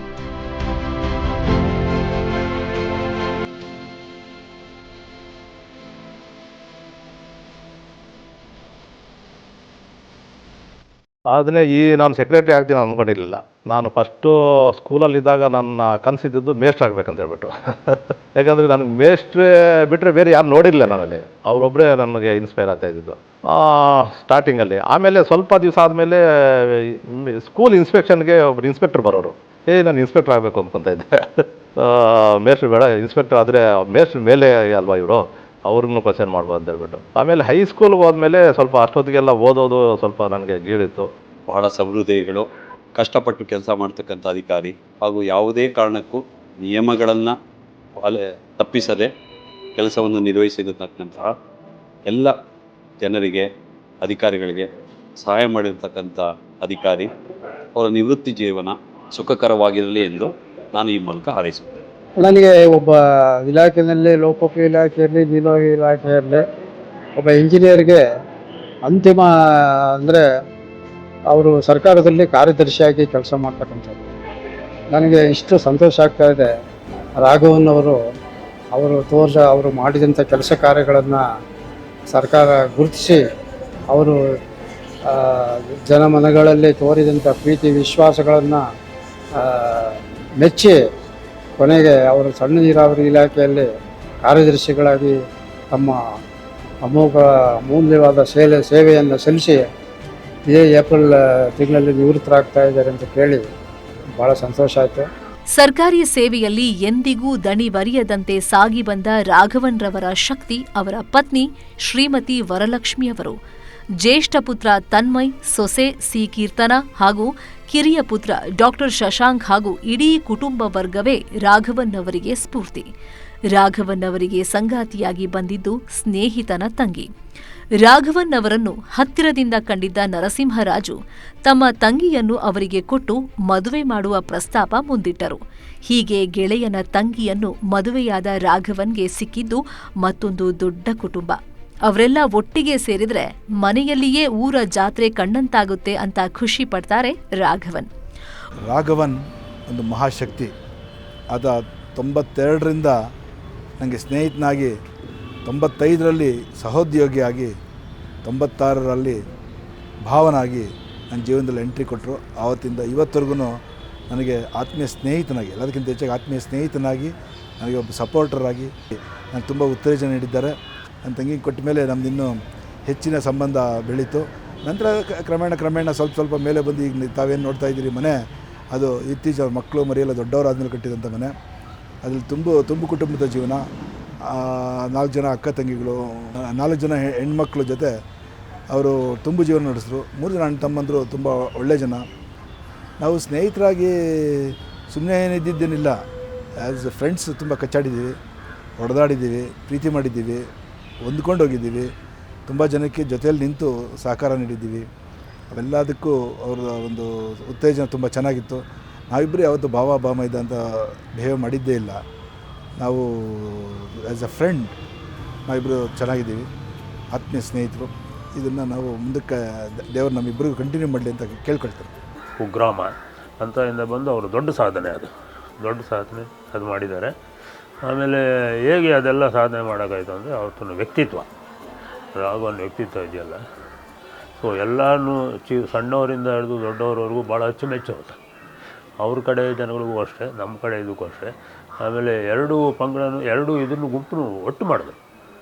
ಅವ್ರ ಸಂಸ್ಕೃತಿ ನಮ್ಮ ಸಂಸ್ಕೃತಿ ಬೇರೆ ಆಗಿದ್ದರೂ ಸಹಿತ ಹಿನ್ನೆಲೆ ಬೇರೆ ಆಗಿದ್ರು ಸಹಿತ ಅದೆಲ್ಲ ತಂದರು. ನಮಗೆ ಅದೇನು ವ್ಯತ್ಯಾಸನೇ ಕಾಣಲಿಲ್ಲ, ಒಂದೇ ಇದಾಗೋದು. ನಮಗೆ ಯಾವುದಾದ್ರು ಕಾರ್ಯಕ್ರಮಗಳಾಯಿತು ಅಂದರೆ ನಮಗೆ ಬೇರೆ ಆಡಿಯನ್ಸೇ ಬೇಕಿರಲಿಲ್ಲ. ನಮ್ಮ ಎರಡು ಕಡೆ ಅವ್ರು ಸೇರ್ಕೊಂಡ್ಬಿಟ್ಟ ಅಂದರೆ ಮಿನಿಮಮ್ 200-250 ಜನ ಸೇರಿಬಿಡ್ತಾರೆ ಅಂತಂದೇ ಪ್ರತೀತಿ ಇತ್ತು ಎಲ್ಲ ಕಡೆಯೂ. ಒಳ್ಳೆಯ ತಂದೆ ತಾಯಿ, ಒಳ್ಳೆಯ ಮಕ್ಕಳು, ಒಳ್ಳೆಯ ಬೀಗರು, ಎಲ್ಲದಕ್ಕಿಂತ ಹೆಚ್ಚಾಗಿ ಇಚ್ಛೆಯನ್ನು ಅರಿತ ಪತ್ನಿ. ಇದಕ್ಕಿಂತ ಸಂತೋಷ ಇನ್ನೇನು ಬೇಕು? ದೇವ್ರೇ ಎಲ್ಲವನ್ನೂ ಕೊಟ್ಟಿದ್ದಾನೆ, ನನಗಿಷ್ಟು ಸಾಕು, ನಾನೀಗ ಸಂತುಷ್ಟ, ನಾನೇ ಭಾಗ್ಯವಂತ, ಅದೃಷ್ಟವಂತ ಅಂತಾರೆ ರಾಘವನ್. ಮಕ್ಕಳಿಗೆ ಒಂದು ಸ್ಕೂಲ್ ರಿಸಲ್ಟ್ ಬಂದ್ರೂ ಅವ್ರ ಮನೇಲಿ ಒಂದು ದಿವಸ ಇಲ್ಲ, ಸ್ಕೂಲ್ಗೆ ಅಡ್ಮಿಷನ್ ಮಾಡ್ಸೋಕ್ಕೂ ಬಂದಿಲ್ಲ ಅವರು. ಆದರೂ ಮಕ್ಳಿಗೆ ಅವರಪ್ಪ ಅಂದರೆ ಭಾಳ ಇಷ್ಟ. ಮೊದಲು ಚಿಕ್ಕಮಂಗ್ಳೂರಲ್ಲಿದ್ದಾಗ ಅವ್ರಿಗೆ 4 ಸಬ್ ಡಿವಿಷನ್ ಇನ್ಚಾರ್ಜಲ್ಲಿದ್ದರು. ಆವಾಗ ಮನೆಗೆ ಬರೋದು ಭಾಳ ಲೇಟ್, ಬೆಳಗ್ಗೆ ಬೇಗ ಹೋಗಿ ನೈಟ್ ಭಾಳ ಲೇಟಾಗಿ ಬರ್ತಾಯಿದ್ರು. ಚಿಕ್ಕ ಮಗ ಇನ್ನೂ ಅವನು ಎಳೆ ಮಗು. ಆವಾಗ ಇವನು ದೊಡ್ಡವನು ಒಂದು 4 ಇಯರ್ಸ್ ಇತ್ತು. ಅವನಿಗೆ ಸಂಜೆ 6:30 ಆದರೆ ಅವ್ರ ಅಪ್ಪ ನೋಡಲಿಲ್ಲ ಅಂದರೆ ಫೀವರ್ ಬಂದುಬಿಡ್ತಾಯಿತ್ತು. ಆವಾಗ ಅವನಿಗೆ ಅಪ್ಪ ಬರಲಿಲ್ಲ ಅನ್ನುವಾಗ ಅವ್ರು ಫೋಟೋ ಕೊಟ್ಬಿಟ್ಟು ಕರಿಯಪ್ಪ ಅಪ್ಪ ಬಾಪ ಅಪ್ಪ ಬನ್ನಿಪ್ಪ ಅಂತ ಹೇಳ್ತಾರೆ. ಬರ್ತಾರೆ ಅಂತ ಹೇಳಿದ್ರೆ ಅವ್ನು ಹಂಗೆ ಇಟ್ಕೊಂಡು ಮಲ್ಕೊಂಡ್ಬಿಡ್ತಾಯಿದ್ದ. ಹಿಂಗೆ ಒಂದು 2 ತಿಂಗಳು ಕಾಲ ಹಾಕಿದ್ದೀನಿ. ಮಕ್ಳಿಗೆ ಅವರಪ್ಪ ನೋಡ್ದೇ ಭಾಳ ಕಷ್ಟಪಟ್ರು. ಅವಾಗ ಹಂಗೆ ಅವ್ರಿಗೇನಾದರೂ ಕೇಳಿದ್ರೆ ಅವ್ರು ಇಷ್ಟ ಆಗದೆ ಇರೋದು ನಾವು ಮಾಡಿದಾಗ ಕೋಪ ಮಾಡ್ಕೊಂಡ್ಬಿಡ್ತಾಯಿದ್ರು. ಅವ್ರು ಎಕ್ಸ್ಪ್ರೆಸ್ ಮಾಡ್ತಾ ಇರಲಿಲ್ಲ ಅವರು ಕೋಪನ. ನಮ್ಮ ಯಾವತ್ತೂ ಬೈದಿದ್ದಿಲ್ಲ ಅವರು ಕೋಪ ಮಾತಾಡ್ತಾ ಇರಲಿಲ್ಲ. ಅಷ್ಟಕ್ಕೆ ನಾವು ಅರ್ಥ ಮಾಡ್ಕೊಂಡು ಇದು ಅವ್ರಿಗೆ ಇಷ್ಟ ಆಗಲಿಲ್ಲ ಅಂತ ನಾವೇ ಸೆಟ್ರೇಟ್ ಮಾಡ್ಕೊಂಡು ಅವ್ರಿಗೆ ಹೆಂಗೆ ಬೇಕೋ ಹಂಗೆ ನಡ್ಕೊಂಡು ಹೋದ್ವಿ. ಮಕ್ಕಳು ರಿಸಲ್ಟ್ ಬಂದ್ರೂ ಸಹ ರಿಸಲ್ಟ್ ಬಂತ್ರಿ ಅಂತ ಫೋನ್ ಮಾಡಿದ್ರು. ಹೌದಾ ಏನಾಯಿತು, ರೈಟ್ ಅಷ್ಟೇ ಅವ್ರು ಹೇಳ್ತಾ ಇದ್ದಿದ್ದು. ಏನೊಂದು ರೆಸ್ಪಾಂಡ್ ಮಾಡ್ತಾ ಇರಲಿಲ್ಲ ಅವರು. ಭಾಳ ಮಾತು ಕಡಿಮೆ ನಮ್ಮ ಮನೆಯವ್ರದ್ದು. The time and space he gives for work and family. ಅವರು ವರ್ಕ್ ಪ್ರೆಷರ್ ಏನಿದ್ರು ಅದು ನಮ್ಮ ಡೈನಿಂಗ್ ಟೇಬಲ್ಗೆ ಬರಲ್ಲ. ಆಮೇಲೆ ಏನೇ ಇದ್ದರೂ ಅವರಲ್ಲೇ ಇಟ್ಕೋತಾರೆ. ಅದು ನಮಗೆ ಸೆನ್ಸ್ ಆಗುತ್ತೆ, ಬೇರೆಯವ್ರಿಗೆ ಗೊತ್ತಿಲ್ಲ, ನನಗೆ ಸೆನ್ಸ್ ಆಗುತ್ತೆ ಏನಾಗ್ತಾಯಿದೆ ಅಂತ. ಎಲ್ಲ ನೋಡಿ ಅದು ಯಾವುದೂ ನಮ್ಮ ಮುಂದೆ ಬಂದು ಎಕ್ಸ್ಪ್ರೆಸ್ಸು ಮಾಡಲ್ಲ, ಆ ಟೆನ್ಷನ್ ಇಲ್ಲಿ ಹೇಳೋದು ಇಲ್ಲ. Nor he puts that frustration on us. So ಇವತ್ತು ಇದೇನು ಪೊಸಿಷನ್ಸಲ್ಲಿದ್ದಾರೆ ಎಲ್ಲ ನಮಗೆ ಎರಡೂ ಥರ ಲೈಫ್ ತೋರಿಸಿರೋದ್ರಿಂದ we accept everything whatever comes. And is taught us how to face life. ಏನೇ ಬಂದರು, ಎಲ್ಲೇ ಇದ್ದರು ಅಡ್ಜಸ್ಟ್ ಆಗೋದಾಗಲಿ, ನಾವು ಜನರನ್ನ ಗ್ರೀಟ್ ಮಾಡೋದಾಗಲಿ, ಅವ್ರಿಗೆ ಮರ್ಯಾದೆ ಕೊಡೋದಾಗಲಿ ಎಲ್ಲ ಹೇಳ್ಕೊಟ್ಟಿರೋದು ಅವರು. ನಾನು ಮದುವೆ ಆಗಿ ಬಂದಾಗ ಯಾವ ಥರ ಇರುತ್ತೆ ಮನೆ ಸಿಚುವೇಶನ್, ಹೆಂಗೆ ಏನು, ಯಾರ್ಯಾರ್ದು ಹೆಂಗೆ ರೆಸ್ಪಾಂಡ್ ಮಾಡ್ತಾರೆ ಅನ್ನೋದು ನಮ್ಮ ಎಲ್ಲ ಹುಡುಗಿರಿಗೂ ಇರುತ್ತೆ. ಬಟ್ ಐ ಥಿಂಕ್ ಅಪ್ಪ ಅಮ್ಮ ಇಬ್ಬರೂ ಜಾಸ್ತಿ ಕಂಫರ್ಟೇಬಲಾಗಿ ಫೀಲ್ ಕೊಟ್ಟರು. I am very grateful for them. ಎಷ್ಟು ಮಾತಾಡಿದ್ರೂ ಕಡಿಮೆನೇ. ಅವ್ರು ನನಗೆ ಮಗಳು ಸೊಸೆ ಅನ್ನೋ ಒಂದು ಇಂಟ್ರಡ್ಯೂಸ್ ಮಾಡ್ಕೊತಾರೆ ಎಲ್ಲರೂ. ಇವ್ರು ನನ್ನ ಮಗಳು ಸೊಸೆ, ಇವಳು ನನ್ನ ಮಗಳು ಸೊಸೆ ಅಂತ ಹೇಳಿ ತುಂಬ ಖುಷಿ ಆಗುತ್ತೆ ಅದನ್ನು ವರ್ಡ್ ಕೇಳಿದ್ರೆ. ಅದನ್ನು ಕೆಲವ್ರು ಅಕ್ಸೆಪ್ಟ್ ಮಾಡ್ಕೊಳ್ಳಲ್ಲ. ನಾವು ಹೆಣ್ಮಕ್ಳು ಮಗಳು ಅನ್ನೋ ಸ್ಥಾನದಲ್ಲಿ ಇರ್ತಾಳೆ ಅಂತ. ಸೊ ಅವ್ರದ್ದು ದೊಡ್ಡ ಗುಣ. ನಾನು ನೋಡಿದವಾಗಲಿಂದ ಫಾರ್ ಕಾನ್ಸ್ಟೆಂಟ್ ರೀಸನ್ ಯಾರಾದರೂ ನಂಗೆ ಒಬ್ರು ಇದ್ದಾರೆ ಅಂದರೆ ನಮ್ಮ ಅಪ್ಪ ಅಮ್ಮ ಇಬ್ಬರಲ್ಲೂ ನನಗೆ ಕ್ಲೋಸ್. ಅಪ್ಪ ನಾನು ಹುಟ್ಟಿದಾಗ್ಲಿಂದ ನಂಗೆ ಒಂದು ಸತಿನೂ ನಂಗೆ ಹೊಡೆದಿಲ್ಲ ಅಥವಾ ಬೈದಿಲ್ಲ. But at the same time ನಂಗೆ ಏನು ಬುದ್ಧಿ ಹೇಳಬೇಕು ಅವ್ರದ್ದೇ ರೀತಿಯಲ್ಲಿ ಹೇಳ್ತಾಯಿದ್ರು. ಒಂದು ಇನ್ಸ್ಟೆನ್ಸ್ ಅದಕ್ಕೆ ನಾನು 8th ಸ್ಟ್ಯಾಂಡರ್ಡ್ ಓದಬೇಕಾದ್ರೆ ಒಂದು ಎಕ್ಸಾಮ್ ಲೈಕ್ ಹಿಸ್ಟ್ರಿ ಎಕ್ಸಾಮ್ ಇತ್ತು, ಓದಿರಲಿಲ್ಲ ನಾನು. ಸೊ ಆವತ್ತು ಹೊರಗಡೆ ಕರ್ಕೊಂಡು ಹೋಗ್ಬೇಕು ಅಂತ ಗಲಾಟೆ ಮಾಡಿದ್ದಕ್ಕೆ ಆಲ್ಮೋಸ್ಟ್ ನಮ್ಮ ಅಪ್ಪನ ಹತ್ರ 2 ತಿಂಗಳು ಮಾತಾಡಿರಲಿಲ್ಲ. ಬಟ್ ಯಾವತ್ತಾದರೂ ಹಾರ್ಶಾಗಿ ಬೈದಿದ್ದಾಗಲಿ ಅಥವಾ ಹೊಡೆದಿದ್ದಾಗಲಿ ನನಗೆ ಗೊತ್ತಿರೋಂಗಿಲ್ಲ. ಆಫೀಸ್ ವಿಷಯ ಯಾವತ್ತೂ ಮನೆಗೆ ಬರ್ತಿರಲಿಲ್ಲ. But at the same time ಮನೇಲಿ ಎಷ್ಟೊತ್ತಿರಬೇಕೋ ಏನು ಮಾಡಬೇಕೋ ಅದಾಗ್ತಾಯಿತ್ತು. 1995 ಜುಲೈ 3ರಲ್ಲಿ ನಾನು ಅಸಿಸ್ಟೆಂಟ್ ಎಕ್ಸಿಕ್ಯೂಟಿವ್ ಇಲಾಖೆಗೆ ಸೇರಿದೆ, ಲೋಕೋಪಯೋಗಿ ಇಲಾಖೆಗೆ. ನಮ್ಮ ಫ್ರೆಂಡು ನರಸಿಂಹರಾಜು, ಅವ್ರ ತಂಗಿನೇ ನನ್ನ ಧರ್ಮಪತ್ನಿ. ಮೊದಲೇ ನನಗೆ ಫ್ರೆಂಡ್ ಆಗಿದ್ದವನು ನರಸಿಂಹರಾಜು. ಆಮೇಲೆ ಕೆಲಸ ಆದಮೇಲೆ ಪ್ರಪೋಸ್ ಮಾಡಿದ್ರು. 96 ಏಪ್ರಿಲ್ 29ರಲ್ಲಿ ನಮ್ಮ ಮದುವೆ. ಋಣ ಇರಬೇಕು, ಎಲ್ಲೇ ಮದುವೆ ಆಗಬೇಕಾದ್ರೆ ಒಳ್ಳೆಯ ಜನ ಋಣ ಇರಬೇಕು. ಅದ್ರ ಬಗ್ಗೆ ಏನು ಅಷ್ಟೊಂದು ನಮಗೆ ಕನಸುಗಳೇನು ಇರಲಿಲ್ಲ, ಹಿಂಗೆ ಇರಬೇಕು ಹಂಗೆ ಇರಬೇಕು ಅಂತೇಳ್ಬಿಟ್ಟು. ನಾವು ಏನು ಅಂದ್ಕೊಂಡಿರಲಿಲ್ಲ ಈ ಥರ ಇರಬೇಕು ಅಂತೇಳ್ಬಿಟ್ಟು. ನಮ್ಮ ಮಾವ ಇರಲಿಲ್ಲ ನಮ್ಮ ಮದುವೆ ಆಗೋಷ್ಟೊತ್ತಿಗೆ, ನಮ್ಮ ಅತ್ತೆ ಮಾತ್ರ ಇದ್ದರು. ನಮಗೆ ಪ್ರಾಣ ಬಿಡೋರು ನಮ್ಮ ಅತ್ತೆ. ಅದೇ ಥರ ನಮ್ಮ ಎಲ್ಲ ಭಾವಂದಿರು, ಅವ್ರದ್ದು ದೊಡ್ಡ ಕುಟುಂಬ, 7 ಜನ ಅಣ್ಣ ತಮ್ಮಂದಿರು, 5 ಜನ ಅಕ್ಕಂಗಿರು, ಎಲ್ಲ ಸೇರ್ಕೊಂಬಿಟ್ರೆ ಒಂದು ದೊಡ್ಡ ಮದುವೆ ಛತ್ರ ಇದ್ದಂಗೆ ಇರುತ್ತೆ. ನಮ್ಮ ಭಾವಂದಿರಂತೂ ಒಳ್ಳೆ ಸಪೋರ್ಟು. ಅದರಲ್ಲೂ ದೊಡ್ಡವ್ರು ನಾಗಣ್ಣ, ನರಸಿಂಹರಾಜು, ಇನ್ನೊಬ್ಬ ನಮ್ಮ ಕೊನೆ ಬಾಮಯ್ಯ ಸತೀಶ, ಇನ್ನೊಬ್ಬರು ನಾರಾಯಣ ಸ್ವಾಮಿ ಇದ್ದರು. ದುರಾದೃಷ್ಟ ಇಲ್ಲ ಜೊತೆ ನಮ್ಮ ಜೊತೆಗೆ. ಅವ್ರದ್ದಂತೂ ತುಂಬ ಸಪೋರ್ಟ್ ಇತ್ತು. ಭಾಳ ಕಲ್ತಿದ್ದೀವಿ ಅವರಿಂದನೂ. ನಮ್ಮ ಅದೃಷ್ಟ ಒಳ್ಳೆಯ ಧರ್ಮಪತ್ನಿ, ತಕ್ಕನಾಗೆ 2 ಮಕ್ಕಳು. ಅದೇ ಹೇಳ್ತಾರಲ್ಲ, ಎಲ್ಲರೂ ಈಗಲೂ ಒಂಥರ ಕೂಡು ಕುಟುಂಬ ಇದ್ದಂಗಿದ್ದೀವಿ. ಎಲ್ಲರೂ ಸಪೋರ್ಟ್ ಇದೆ, ಪ್ರೀತಿ ವಿಶ್ವಾಸ ಇದೆ. ಅವರೆಲ್ಲರ ಒಂದು ಪ್ರೀತಿ ವಿಶ್ವಾಸದಿಂದ ನಾವಿಲ್ಲಿರೋದು. ಅದರಲ್ಲಿ ನಮ್ಮ ದೊಡ್ಡಣ್ಣ ಭಾಳ ಕಷ್ಟಪಟ್ಟಿದ್ದಾರೆ. ಅವ್ರು ನಮ್ಮನ್ನು ಇಲ್ಲಿ ತರಬೇಕಾದ್ರೆ ಅಪ್ಪ ಅಮ್ಮನಿಂದ ಹಿಡಿದು ಅಣ್ಣ ತಮ್ಮಂದಿರು, ಅಕ್ಕ ತಂಗಿಯರು, ನಮ್ಮ ಈ ಕಡೆ ಹೆಂಡತಿ ಕಡೆಯಿಂದ ಭಾವಮೈದರು, ನಮ್ಮ ಅಕ್ಕವರೆಲ್ಲನೂ, ಆಮೇಲೆ ಮಕ್ಕಳು, ಸೊಸೆ, ನಮ್ಮ ಬೀಗರೀಗ, ಎಲ್ಲ ವಿಧದಲ್ಲೂ ನಾನೊಂದು ಅದೃಷ್ಟವಂತ. ಈ ಥರ ಎಲ್ರಿಗೂ ಸಿಕ್ಕಿದ್ರೆ ಸಾಕು, ಪ್ರಪಂಚ ಚೆನ್ನಾಗಿರುತ್ತೆ.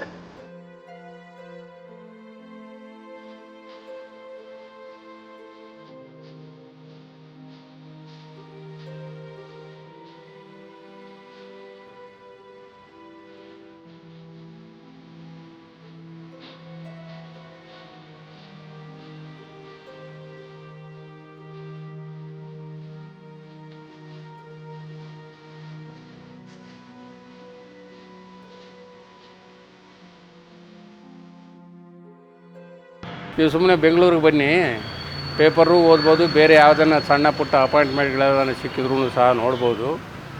ಇಲ್ಲೇ ಇದ್ದರೆ ಬರೀ ಪೇಪರ್ ಓದ್ತಾ ಇರ್ತೀರ, ಏನು ಪ್ರಯೋಜನ ಆಗೋದಿಲ್ಲ. ಅಲ್ಲಿದ್ದರೆ ಪೇಪರು ನೋಡ್ತಾ ಇರ್ಬೋದು, ಯಾವುದನ್ನು ಸಣ್ಣ ಪುಟ್ಟ ಅಪಾಯಿಂಟ್ಮೆಂಟ್ಗಳೂ ಸಹ ಸಿಕ್ಕಿದರೆ ಪ್ರಯತ್ನ ಮಾಡ್ಬೋದು. ನನಗೇನು ಹೆಚ್ಚಿಗೆ ಕಾಂಟ್ಯಾಕ್ಟ್ಸ್ ಇರಲಿಲ್ಲ ಬೇರೆ ಡಿಪಾರ್ಟ್ಮೆಂಟ್ಸ್ಗೆ.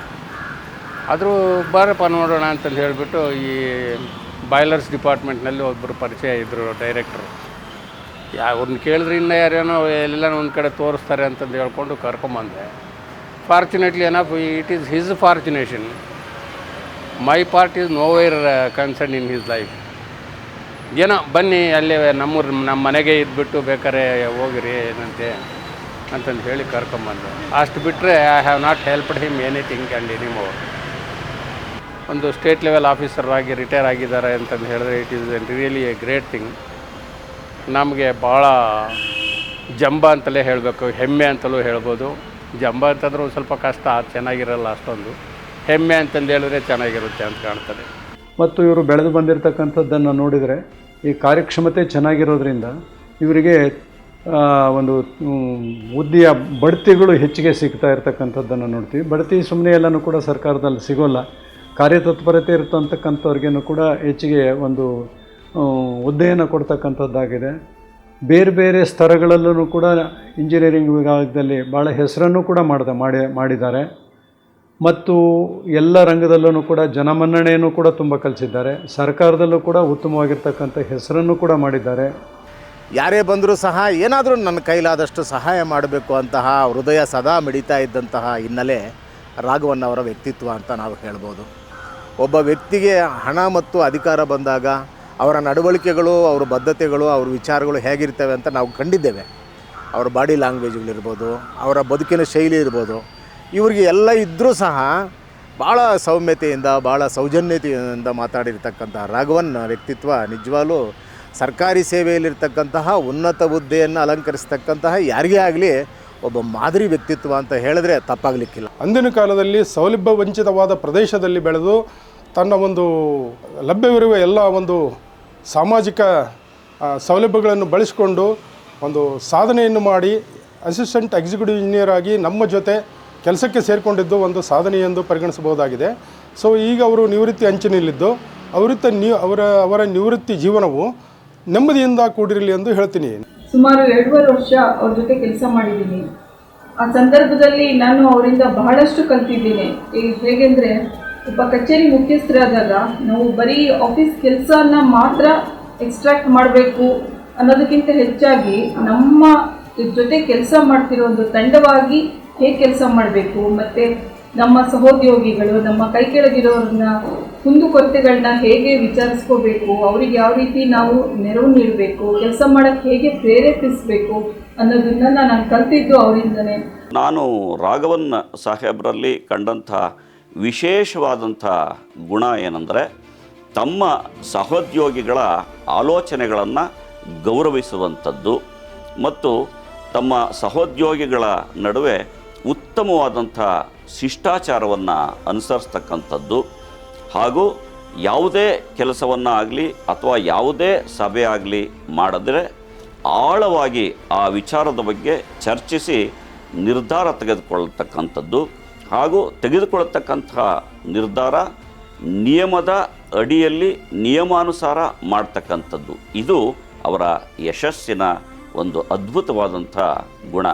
ಜನರು ನಾವೇ ಅಲ್ಲ, ಈ ಸುತ್ತಮುತ್ತಲಿರ್ತಕ್ಕಂಥ ಹಳ್ಳಿ ಜನ ಕೂಡ ಇವತ್ತು ರಾಘವನ್ ಈ ಥರ ಇದ್ದಾನೆ ಅಂದರೆ ಎಲ್ಲರೂ ಕೂಡ ಕುತೂಹಲದಿಂದ ಸಂತೋಷ ವ್ಯಕ್ತಪಡಿಸ್ತಾರೆ. ಶಾಲೆಯಲ್ಲಿ ಕೂಡ ಅದೇ ಒಂದು ವಿನಯ, ಪ್ರತಿಯೊಬ್ಬರಿಗಿಂತ ಅತಿ ಹೆಚ್ಚಿನ ಬುದ್ಧಿವಂತನೆಯಿಂದ ಉಪಾಧ್ಯಾಯರು ಏನು ಬೋರ್ಡಲ್ಲಿ ಏನು ಬರೆದು ಹೇಳ್ತಾ ಇರ್ತಾರೋ ಅದನ್ನು ಗಮನಿಸಿ ತಕ್ಷಣವೇ ಆ ಪ್ರಶ್ನೆ ಕೇಳಿದಾಗ ಸಡನ್ನಾಗಿ ಆನ್ಸರ್ ಕೊಡ್ತಕ್ಕಂಥ ಒಬ್ಬ ವ್ಯಕ್ತಿ ಶ್ರೀಮಾನ್ ರಾಘವನ್ರವರು. ಬರ್ತಾನೆ ಶಾಲೆಗೆ ಹೋಗ್ತಾನೆ ಅಂಥ ಒಂದು ವ್ಯಕ್ತಿ ಈ ದಿನ ರೆಡ್ವಾರಹಳ್ಳಿಯಿಂದ ಇಡೀ ವಿಧಾನಸೌಧಕ್ಕೆ ಹೋಗಿದ್ದಾನಂದರೆ ಅದು ಆ ದೈವ, ಆ ದಂಡೊಳ್ಳು ರಾಮಯ್ಯ ಅವರ ತಂದೆ ಮಾಡಿರ್ತಕ್ಕಂಥ ಪುಣ್ಯನ ಏನು ಅಂತ ಒಂದು ನನಗನ್ನಿಸುತ್ತೆ. ರಾಘವನ್ ಅವರು ನಮಗೆ ಚಿಕ್ಕಪ್ಪ ಆಗಬೇಕು. ಚಿಕ್ಕಪ್ಪ ಅನ್ನೋದಕ್ಕಿಂತ ಜಾಸ್ತಿಯಾಗಿ ಅಪ್ಪ ಅಮ್ಮಗಿಂತ ಜಾಸ್ತಿಯಾಗಿ ನಮ್ಮನ್ನು ಬೆಳೆಸೋರೆ. ನಾವು ಇವತ್ತು ಈ ಮಟ್ಟಕ್ಕೆ ಇರಬೇಕಂದ್ರೆ ಅವರೇ ಕಾರಣ. ಅದು ಒಂದು ಮಾತಲ್ಲಿ ಇದು ಮಾಡೋಕ್ಕೆ ಬರೋಲ್ಲ. ಒಂಥರ ನಮಗೆ ನಮ್ಮ ಫ್ಯಾಮ್ಲಿಗೆ ಒಂಥರ ದೇವ್ರ ಸಮಾನ ಇದ್ದಂಗೆ. ಈ ಮ್ಯಾಥ್ಸಲ್ಲಿ ಸ್ವಲ್ಪ ನಾನು ಡಲ್ಲಿದ್ದೆ. ಅದನ್ನು ಅವನ ಹತ್ರ ರಾಘವನ ಹತ್ರ ಹೇಳ್ಸ್ಕೊಂಡು ನಾನು ಸುಮಾರು ಮ್ಯಾಥ್ಮೆಟಿಕ್ಸ್ ಎಲ್ಲ ಕಲ್ತ್ಕೊಂಡೆ ನಾನು. ಅದರಲ್ಲೂ ನಮ್ಮ ತರಗತಿಯಲ್ಲಿ ಇಂಟೆಲಿಜೆಂಟ್ ಅಂದರೆ ರಾಘವನ್ನ. ನಮ್ಮ ಏನಾರು ಮಾಸ್ಟರ್ ಇದ್ದರು ಅವರು ಎಲ್ಲರೂ ಕೇಳ್ಕೊಂಡು ಬರೋರು. ಎಲ್ಲರೂ ಪಾಠ ಮಾಡೋದಾದ್ಮೇಲೆ ಎಲ್ಲರೂ ಕೇಳ್ಕೊಂಡು ಬರೋರು. ಸೈನ್ಸ್ ಮಾಸ್ಟ್ರು ಎಲ್ಲರೂ ಕೇಳಿ ಪಾಠ ಆದಮೇಲೆ ಕೇಳಿದ್ರು, ಯಾರು ಹೇಳ್ತಾರಿಲ್ಲ. ಕೊನೆಯಲ್ಲೇ ಎದ್ದೋಳ ರಾಘವನ್ ಹೇಳ ಅಂದ್ಬಿಡೋರು. ಅವ್ರು ರೆಡಿಯಾಗಿ ಇಟ್ಕೊಂಡ್ಬಿಟ್ಟು ಹೇಳ್ಬಿಡೋನು. ಹಾಂ ಸರ್ ಟಕ್ ಅಂತಂದು. ಹಂಗೆ ಅಷ್ಟು ಬುದ್ಧಿವಂತ. ಅದಕ್ಕೆ ಅಷ್ಟು ಶ್ರಮಪಟ್ಟು ಓದಿದ್ದಕ್ಕೆ ಇವತ್ತು ಇಲಾಖೆಗೆ ಒಳ್ಳೆ ಶ್ರಮಿಸಿದ್ದಾರೆ.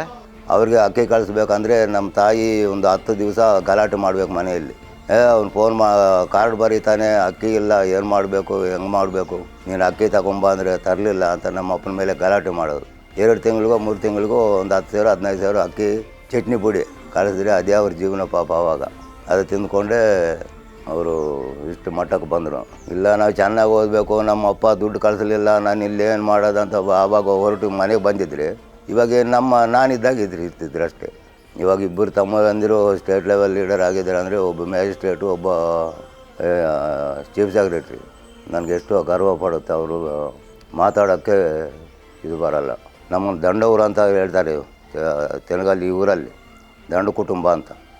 ನಮ್ಮ ಕುಟುಂಬಕ್ಕೆ ಒಂದು ಹೆಸರು ಇವಾಗ ರಾಜ್ಯ ಮಟ್ಟದಲ್ಲಿ ನಮ್ಮ ಕುಟುಂಬ ನಿಂತೈತಂದರೆ ನನಗೆ ಎಷ್ಟೋ ಒಂದು ಆನಂದವಾಸ ಬರುತ್ತೆ. ಇಷ್ಟಕ್ಕೆ ಮಿಂಚಿ ಏನು ಹೇಳಬೇಕು ಗೊತ್ತಿಲ್ಲ. ಇಂತಹ ಸಹೃದಯಿ ಶ್ರೀಮಂತ ಮನಸ್ಸಿನ ರಾಘವನ್ ಅವರು ಸಣ್ಣ ನೀರಾವರಿ ಮತ್ತು ಅಂತರ್ಜಲ ಅಭಿವೃದ್ಧಿ ಇಲಾಖೆಯ ಕಾರ್ಯದರ್ಶಿಗಳಾಗಿ ನಿವೃತ್ತರಾಗಿದ್ದಾರೆ. ಇದು ತಮ್ಮ ಸೇವೆಯಿಂದ ಬದುಕಿನ ಮತ್ತೊಂದು ಸೇವಾ ಪಯಣಕ್ಕೆ ಸಿದ್ಧವಾಗುವ ಸಮಯ. ಬನ್ನಿ, ನಾವು ನೀವು ಸೇರಿ ರಾಘವನ್ ಅವರಿಗೆ ಅಭಿನಂದನೆಯನ್ನು ಸಮರ್ಪಿಸೋಣ.